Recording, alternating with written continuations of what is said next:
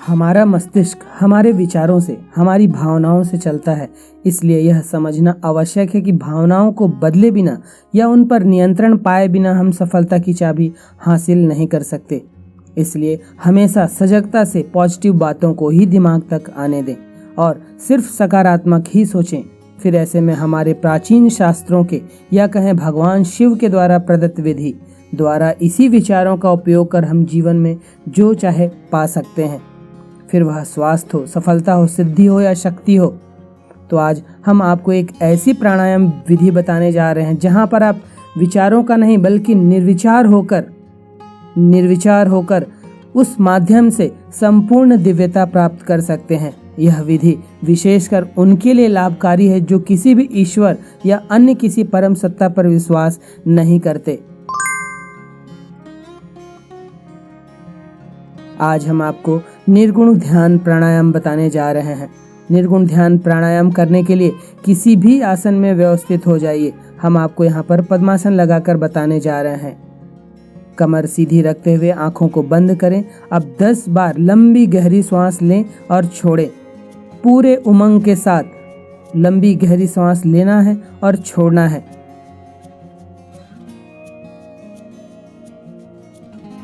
10 बार इस तरह से श्वसन कर लेने के बाद श्वसन प्रक्रिया को सामान्य करते जाएं।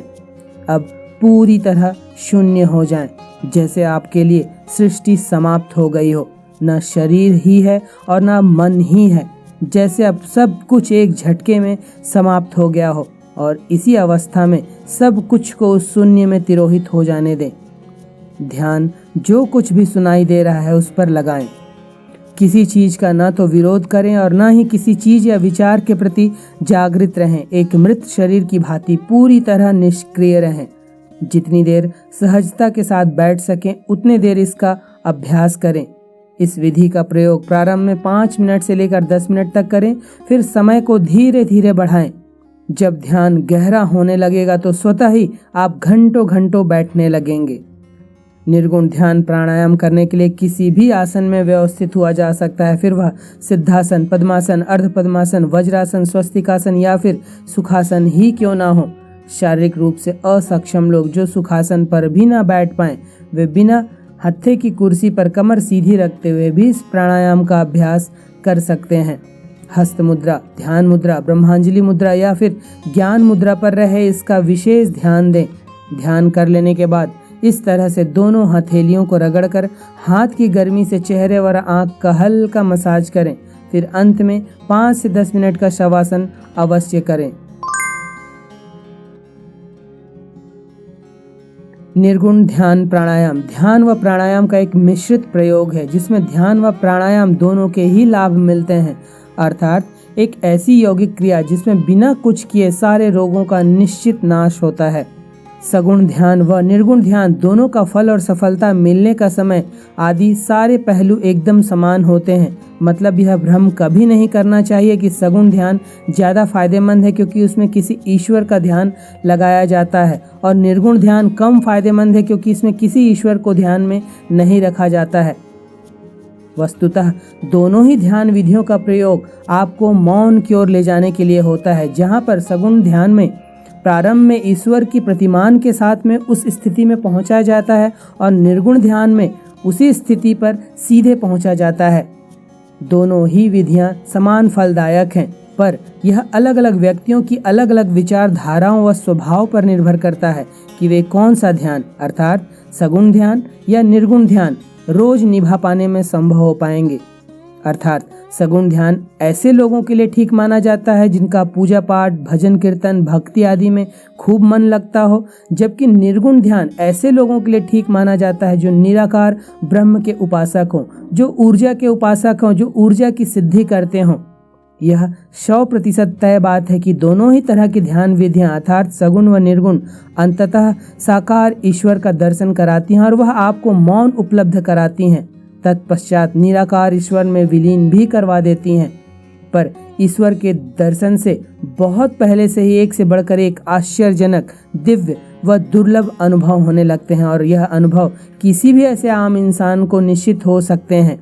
ध्यान की इन्हीं प्रक्रियाओं का लंबे समय तक अभ्यास करने से धीरे धीरे तृतीय नेत्र भी जागृत होने लगता है, जिससे भूत भविष्य वर्तमान की घटनाएं एकदम स्पष्ट दिखाई देने लगती है।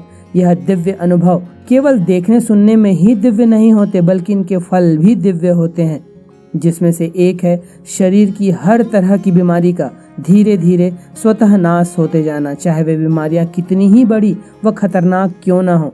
इसके अतिरिक्त शरीर के बुढ़ापे के सभी लक्षणों का भी धीरे धीरे नाश होकर चिर युवा अवस्था की प्राप्ति होती है। पर इन सब प्रक्रियाओं में कितना समय लगेगा, यह कई बातों पर निर्भर करता है, जैसे कौन कितने मनोयोग से इस अभ्यास को कितनी देर तक कर रहा है, किसका शरीर वर्तमान में कितनी जर्जर अवस्था में है और किसकी मानसिक पृष्ठभूमि कितनी ज्यादा साफ है। जैसे छोटे बालक जो दुनिया के छल प्रपंच से अबोध होते हैं, साधना में जल्दी तरक्की करते हैं। यदि मनुष्य स्वयं को अशुद्धियों से दूर रखे तो वह जल्दी उन्नति व प्रसन्नता प्राप्त कर सकता है। इसके अतिरिक्त इस यौगिक क्रिया के अभ्यास से अभ्यासी सहनशील बनता जाता है तथा मानसिक रूप से भी शक्तिशाली बनता जाता है। गर्भवती महिला व गर्भ में पल रहे बच्चे के लिए भी यह अत्यंत लाभकारी प्राणायाम विधि है। शरीर में प्राण शक्ति बढ़ती है, अभ्यासी शुद्ध चरित्र वाला तथा संकल्पवान बनता है, निर्णय क्षमता का भी विकास होता है। सगुण व निर्गुण दो विरोधाभासी शब्द हैं, जहाँ सगुण का अभिप्राय किसी निश्चित प्रारूप, मूर्ति, तस्वीर या किसी भी अन्य प्रतिमान से है, जबकि निर्गुण में इस तरह के किसी भी प्रतिमान का निषेध होता है। चूंकि इस प्राणायाम को निर्गुण रूप से अर्थात बिना किसी प्रतिमान को चित्त में ध्यान रखकर ध्यान किया जाता है, इसलिए इसे निर्गुण प्राणायाम ध्यान कहते हैं। निर्गुण ध्यान उस ध्यान विधि को बोलते हैं जिसमें किसी भी चीज का ध्यान नहीं किया जाता है, अर्थात मन में उभरने वाले हर तरह के विचारों, चिंताओं, ख्यालों को बार बार मन से झटकने की कोशिश कर मन को एकदम शांत व विचार शून्य बनाने की कोशिश करनी पड़ती है। निर्गुण ध्यान प्राणायाम के अभ्यास से शरीर की हजारों नाड़ियां व चक्र शुद्ध होते हैं तथा सभी 7 प्रमुख चक्र स्पंदित होते हैं। यह सभी 7 चक्र स्वस्थ, सक्रिय व संतुलित होते हैं तथा कुंडलिनी ऊर्जा मूलाधार से सहस्त्रार की ओर ऊर्ध्वगामी होती है। इस ध्यान प्राणायाम विधि का अभ्यास स्वच्छ व हवादार जगह पर करें, इसका विशेष ध्यान दें। अभ्यास खाली पेट में सूर्योदय के पूर्व या उसके आसपास करना ही लाभदायक होगा। रीढ़ की हड्डी सीधी रहनी चाहिए।